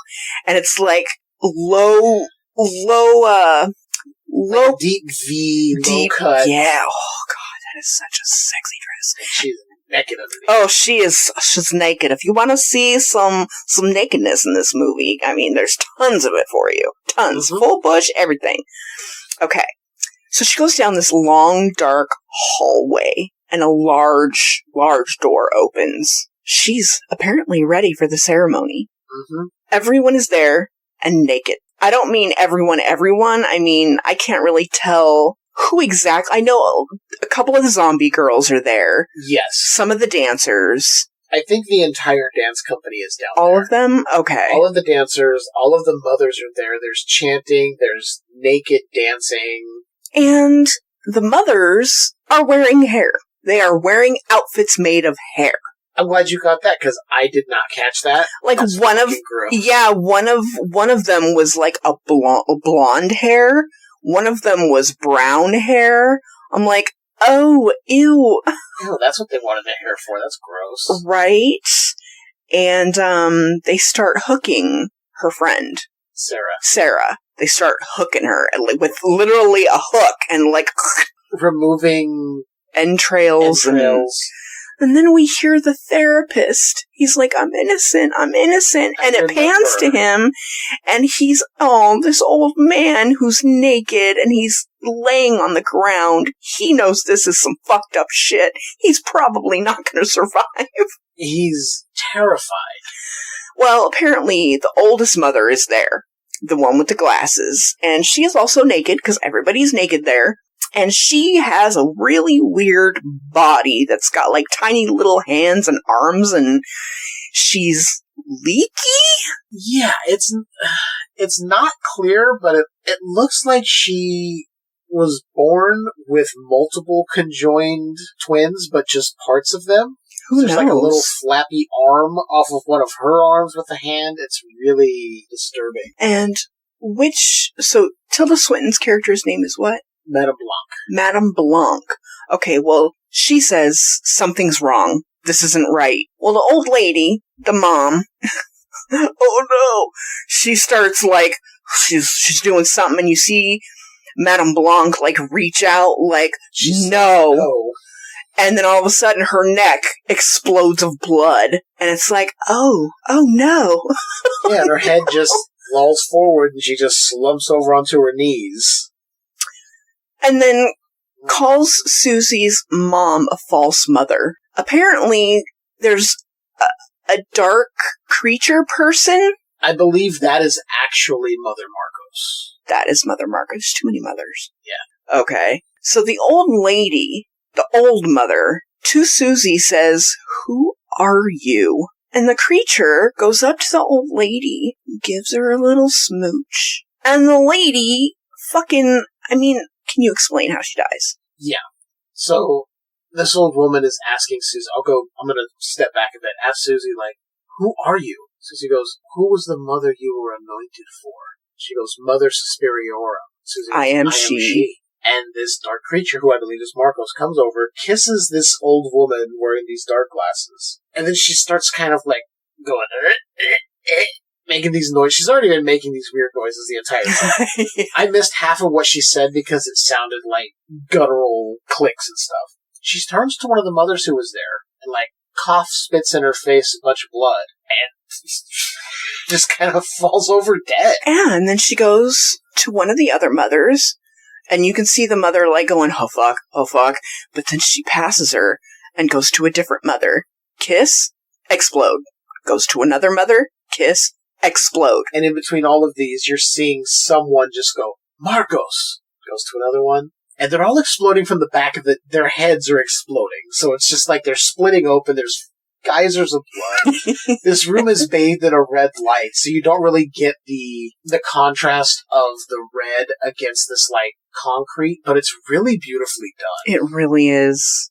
I want to live there. It's slowed down. It's not quite slow motion, but everything is slowed down, and there are still dancers dancing around naked in the blood. So she kills another and another and another. And while this is happening, Susie is still standing at the door, watching this happen, and she's panting.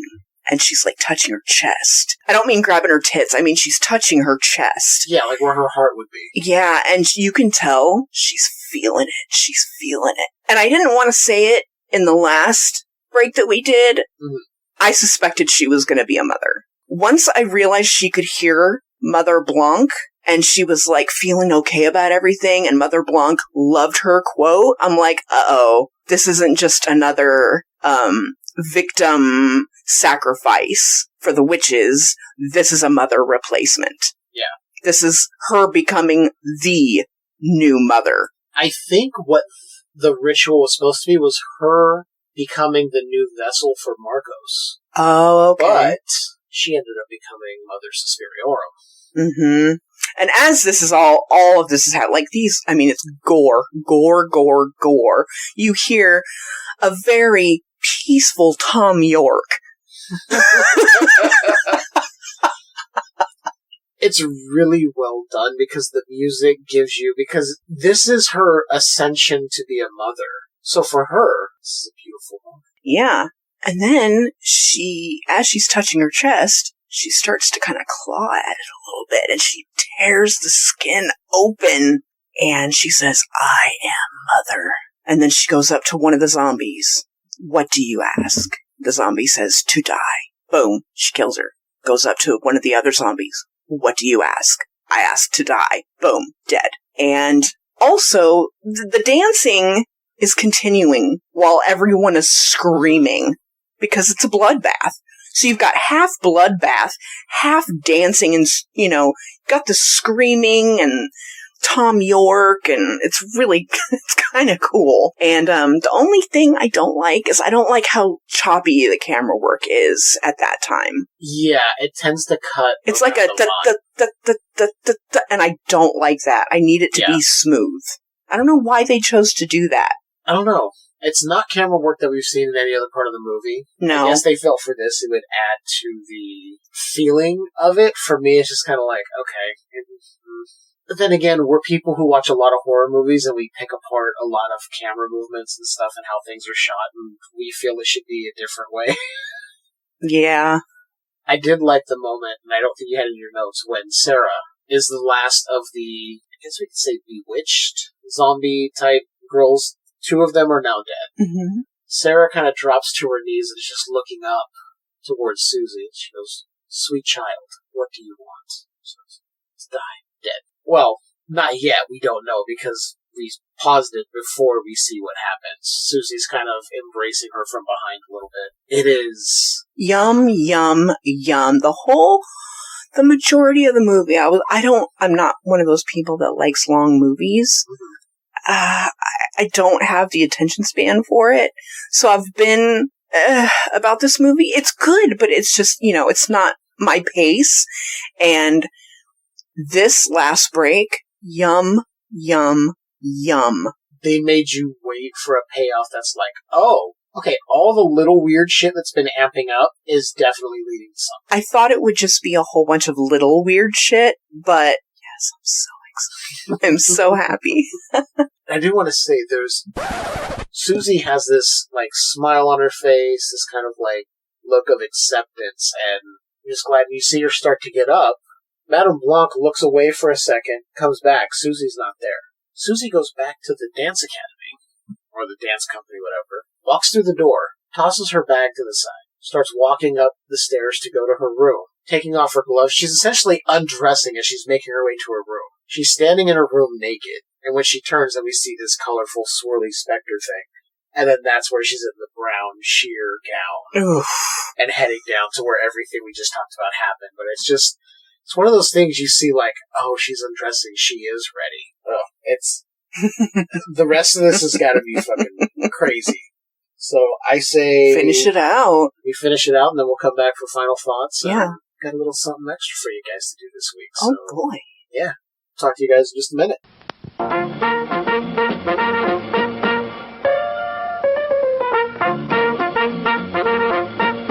We're happy to have you with us this evening and want you to enjoy every minute of your stay here. And while you relax and stretch, visit our concession where you'll find something to please you. There are ice-cold drinks, delicious sandwiches, ice cream, coffee and snacks, and many other pleasing treats. Our foods are fresh and tasty, our drinks satisfying and refreshing. They're so good. And just like that, we're another 15 in, we're done with the movie, and this is for our final thoughts. Yes, I took some more notes. Did you? Okay, good. Actually... Do you want me to read your notes? Yeah. So, as we said, Susie was embracing Sarah. She embraces her as she's dying. I thought you were going to do it in my voice. I can't remember. I try, but it doesn't sound good. I make you sound like some kind of weird valley girl. Yeah. And that's even though you're... That's okay, this is my Jeff voice. I sound just like that. I know. I mean, yeah, sound just like that, bro. Like, dude, bro. The dancing and blood to Tom York continues. And Susie says, "It's beautiful. Keep dancing. It's beautiful. Keep dancing." It's this full-on moment of her just transitioning to Mother Suspiria. I love that you're reading my notes. I love it. I love it. The therapist is off to the side just sobbing. He's still alive. He made it. He made it. Torturous, but he made it. So I do want to pull back before we continue and say, there's one thing we didn't mention. After Madame Blanc tells Susie, hey, if you're going to be a dancer, you need to learn French, she picks up French rather quick. To Sarah's, like, confusion, because she sees Madame Blanc and Susie. Susie learning French, obviously, is part of this whole ritual to prepare her.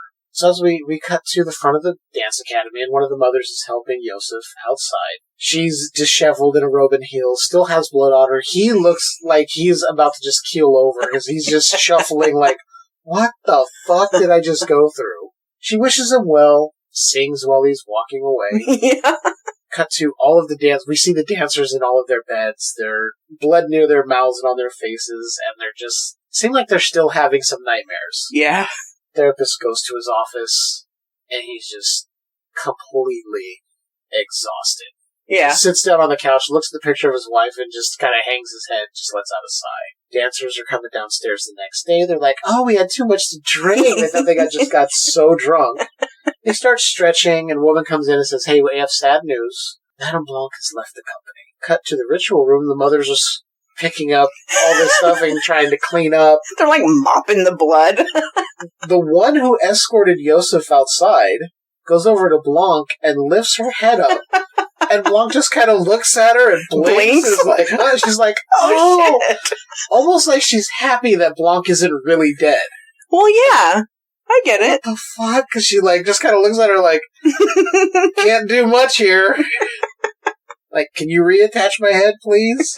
So come back. The therapist is reading in bed. He's reading Aryan papers. These were the Nazi documents that they gave people who were not Jewish so they wouldn't end up in the camps. I also noticed that as he's laying in bed, the bed is like perfect, as though someone helped him get into bed and tucked him in. Yeah. So I think that woman who was there at his office is also his caretaker. She essentially does cleaning, cooking, helping him with everything. Yeah. She comes in and brings him dinner, puts the papers away, turns, and Susie is just there. She's like, wait, who are you? How'd you get here? She's like, You can go. You can go. In German, nonetheless. Yeah. Now that she has fully transitioned into mother. Yeah. She knows all the languages. Yeah, of course. Which makes sense. She tells the therapist, I regret... Let me get my words straight here. I regret what my daughters did to you. You deserve to know now the truth. Tells him about his wife. How she was taken to a camp. Died in 22 days. Died of cold exposure during a census. She wasn't alone. She wasn't alone. She had made 2 friends. Says her final thoughts were of a birthday where he took her to a Chopin concert and he held her hand for the first time. She was cold. So I think that's why she remembered it. It was just like, it's really, well, we'll get there. She embraces him and says she'll wipe his memory of the victims, not only of Patricia and Sarah, but of Anka, Mm-hmm. the woman who were your ultimate undoing. When the sun rises, you'll remember them no more. Mm-hmm. She says, we all need guilt and shame, but not you. It's like she's going, it's kind of fucked up what I'm going to do, but you don't deserve to live with this guilt and shame. Mm-hmm. You should be able to just live your life, your last days, without feeling any kind of burden. Mm-hmm. He seizes.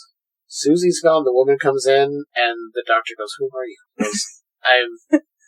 He goes, I'm Miss Sessom. He goes, "Oh, oh, hi, nice to meet you." Yeah. She did a little more than just wipe his memory. Right. So then we see people outside of a small building. The camera zooms in, and the corner of the wall, it's the old therapist's house where he had carved the initials in a heart for Anka and Yosef. The end. That ending was satisfying. Yeah. It was satisfying. I don't know if there's going to be other movies in this, because there are... Argento made Suspiria, and he made, I believe, 2 or 3 other movies in regards to the mothers that were involved or mentioned in this movie. I don't know if there's more coming out of this, but I don't see this so much as a remake as somebody going, I want to rework the idea of this movie. Like a reimagining, but it's kind of like a different version. Yeah. Yeah. Yeah, I came away from this really liking it. I was really worried I would be bored the entire movie, and man, that one scene, that made it for me. It made it worthwhile for me. It's one of those, it's a slow burn, but when you finally get to where they're going, you're like, oh shit. Okay, you saved it all. Because even the dancer getting twisted around early in the movie, it's grotesque, but it's not gory. It's visceral, but it's not over the top. And then you get to that scene towards the end, and it's just fountains of blood, gore everywhere. You're like, head explosions. Like, holy shit. Okay, you saved it all up for this one momentous scene. Mm-hmm. Yeah. The ritual. Yeah.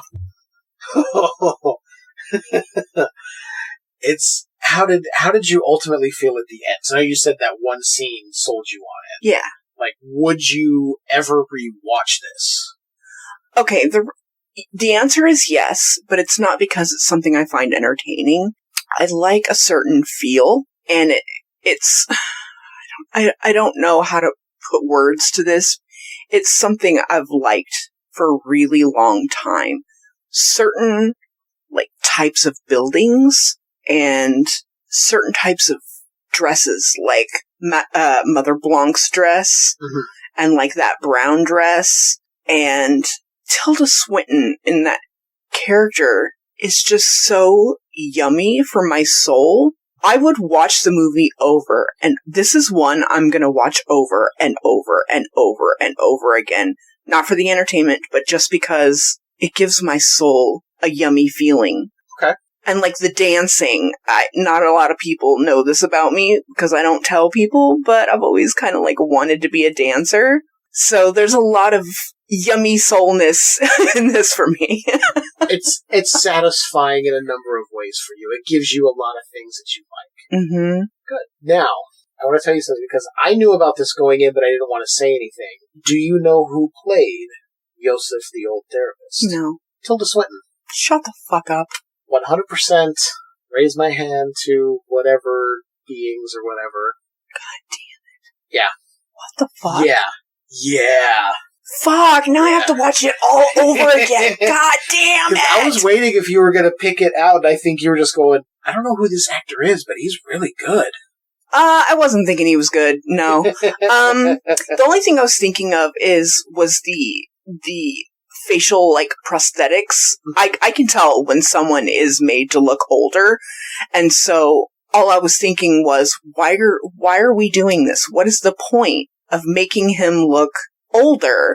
Well, we got that answer when it was a flashback scene. And I went, there it is. We needed him to be old so that there would be a young scene. Yeah, him thinking back to him and his wife. Mm-hmm. So yeah, if you look here, Tilda Swinton was Dr. Klemperer, Joseph, therapist. Mm-hmm. Madame Blanc, and I did not know this, Helena Markos as well. So I think Markos may have been the one in the glass. I'm still not sure. Yeah. It's one of those things. I'm like, there's so many people. I don't know. Mm-hmm. Who's who. It's hard. I'm sorry, guys. That's badass. But yeah, you could definitely see that they did an old person makeup on whoever the actor was, which turned out to be Tilda Swinton, which is fucking dope as hell. And you know what? When I saw the flashback, I thought, that doesn't really look like him. But it's a flashback, so it has to be him. It makes sense now why it doesn't look like him, because it's not him. It is a good old person makeup, though. Yeah. It's convincing enough where you're like, yes, I believe in this story, this is an older person. Yes. It's not like some where they're just like, we're just gonna spray your hair a little gray. I hate that. Now. Or I think it's I think it might be the most recent Saw entry. They de-aged John Kramer, Jigsaw, by just having him wear a backwards ball cap. They're like, yeah, that's it. That's all it takes. Nice. Okay, cool. Guess that works for you. Suspension of belief, Jeff. God. Apparently. I haven't seen the latest Saw film. I've heard it's pretty good, but I just haven't got to it yet. Yeah. I'm really glad we watched this. I am too. I have been wanting to see it for a while. It's also one of those things where I was like, I'm such a huge fan of the original. Like, is this going to be something where I'm like, God damn it, they did this and I don't like it? Do you like it? I really like this one. Good. It is to me, it is almost on par with the original. Good. So I'm very happy this was made. The acting was solid. Oh, for sure. The dancing. Oh, I loved all the dancing. I had no idea about Dakota Johnson's acting ability. Because I don't think I've ever seen her in anything. Damn good. And Tilda Swinton, I don't care. She could do anything in any movie. Tilda Swinton could just sit there and read the fucking phone book, and I'd be like, this is the best thing I've ever seen. She's that good all the time. I mean, even look at Constantine as Gabriel. Fuck. This androgynous angel. Like, yum. Yeah. I love me some androgyny. Yum, yum, yum. She kind of has that Bowie thing going on. Yum, yum. Where it's kind of like, oh, you could dress like a woman, and everyone's like, oh yeah. Then you dress like a man, you're like, oh yeah. It's like, okay. That full on, just like, yeah, it works. She rocks anything she wears. It just has a presence. Yum. Just a presence all the time. This is now the Tilda Swinton cast. So if you had to give it a rating, what would you give it? Well, out of 5 hooks, for quality, I would give it a 5. Okay. 5 hooks. For rewatchability and entertainment, I would give it a 4.5. I think I'm right there with you. Maybe a 4.75. Not perfect, because it's not like I have to watch this movie, but it's definitely very pleasing. I had a very good experience. And I think for me, I'm with you on this. I give the same numbers, same rating. And the fact that, yes, it is a psychological thriller, but they also balanced it with the blood. I feel like that was perfect. It was really well thought out and well executed. The music was fitting, even though I didn't know until you said it was Tom York that it was Tom York. It was good. I think for me, as far as rewatchability, it's more, can I pick out little things that were going on in the background? Can I find the things that I didn't see on the first watch? There is a lot going on in it. It reminds me of Get Out. So every time you watch it, there's going to be something else you find. So that's where it stands for rewatchability for me. I definitely would throw this in a rotation on a yearly thing, even around Halloween time. It would be fun, or even, I don't know, welcoming the winter solstice or whatever because of the dancing and whatnot. So I think we give it a recommend. It's a Skewered Universe recommend. Skewered Universe approved! So now, before we get off to the little end thing we do and sign off, we have a new thing we're doing to pick our movies. Because as you guys know, we usually just kind of figure it out just before we turn the mics on, right? So we have the Skewered Universe Wheel of Movies. That's my wheel. That's my wheel impression. Let's spin the Skewered Universe Wheel of Movies. So what we're going to do is I broke these down with one wheel. We'll select the streaming service. I'm breaking this down now so you guys understand the next time we do this, you don't have to hear all this. One wheel's for the streaming service, and then whichever that lands on, we'll go to the wheel for that designated service and spin for a movie. This is how we ended up with Suspiria, so that's what we're going to do right now. So, Leanne, would you like to spin the wheel? Yeah! That. Does it have sound? I don't have the sound on because I don't want it to sound weird coming through the mics. Oh, that's no fun. Well, if you want me to, I can turn it on. Is it that little button? You probably have to turn on my switch on the side. I don't know the sound options in there because I haven't messed with the sound. Let's try it, shall we? Okay. Here we go. 3, 2, 1.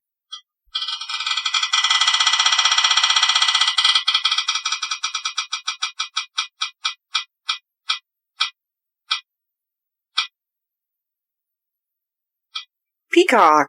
We are on Peacock. All right.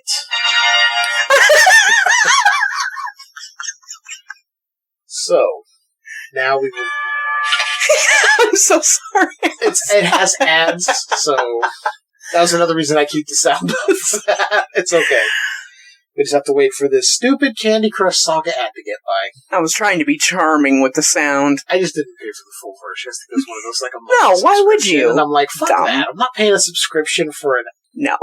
I would do it on the computer, but the way we have the recording set up, it's not feasible for me to be able to do it in a comfortable way. No. Okay, now that we're out of the ad. No? Thank you. So we are going to Peacock. Do you want to spin for the movie on Peacock? Yes. All right. There you are. Okay, let's turn the sound off. Oh, you could have left the sound on for that if you wanted. Do what you will.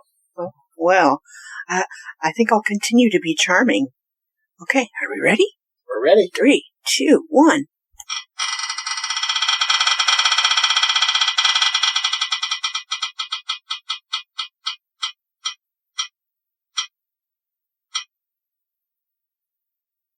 Harry Price go? No! Graduation Day. Okay. Graduation Day from 1981. So that is the next movie we will be watching. Graduation Day from 1981. The celebration horns are everything. Let me make a note of that real quick. So, Peacock, Graduation Day. Cock. 1981. They should just call it the Cock at this point. You're watching the Cock. I mean, if HBO Max can just go to Max. Why not just call it Cock? You're watching Cock. So that is our next episode we'll be doing on Graduation Day from 1981. If you want to join on, or join us watching the movie as you listen. Oh, I know what it is. You're used to having it live. Yeah, I've done so much live stuff in between us having our hiatus here that I'm so used to being. Come join us! Yeah. No one can join us. They can pretend, though. Yeah, you only get to join if we like you. We don't like a lot of people. No, we like very few people. The ones we do like, you've heard on this show. I barely like you. Yeah, I mean, the feeling mutual. Right. People are going to think this is a troubled fucking marriage. I love that when we play fight, it makes people uncomfortable. Yum. Yes. I love it. They think we hate each other. No, it's our love language. Come on. Yeah, that's how it goes. So to wrap this up, you know where you can find Skewered Universe. You can go to the YouTube channel, get the audio-only episodes. We're also posting shorts up there. You can catch the show Apple Podcasts, YouTube Music, Amazon Music, or just go over to Podbean, Skewered Universe, podcast.podbean.com. Get the show there. You can head over to our Patreon. All of the links for the social media and that are available at skeweredhead.com. Also, remember to check us out on TikTok, skewered_you horror podcast. We are putting up little clips from our episodes with clips from the movie put in so you can listen to some of our favorite clips that we've done from some of our favorite episodes. So there's that over there. Also, you can catch me every Saturday on Tales from the Podcast with JB. We are currently going through Season 2 of Are You Afraid of the Dark over there. Make sure you tune into that show live every Saturday, 6 p.m. Pacific Standard Time. Sometimes we go on a little bit early, so make sure you're by your computer waiting for us to go live. That's how you do that. We're live on YouTube, Twitch, Facebook. Find us all there. Just search for Tales from the Podcast. It's been really fun. Recently, I actually, last night, as we're recording this episode, joined the guys over, or the people, the folks, we'll say, over at the Fear Fans Podcast. We talked about the Blair Witch Project. So if you head over to Don Elmy's YouTube channel, that is Don, E-L-M-I, you can go to his channel, look up the Blair Witch Project episode. I was on there for a bit. That was a lot of fun. You can email the show, skewerduniversepodcast@gmail.com. And yeah, go to Facebook, find us there, join us on Threads. Well, join me on Threads. I run the account there. Leanne does not do anything. No, fuck Threads. I'm on Threads all the time. It's actually a really fun place to be. It's actually pretty stupid. Well, you think so, but compared to the shithole that is the former Bird app, the hellscape that some asshole has created over there, it's a lot better. But anyway, I think that's it. That's everywhere you can find us. Leanne, do you have anything you want to tell the people before we sign out? Suck my dick. Suck it hard. Suck my dick. Keep enjoying that universe that's just a bit. Skewered.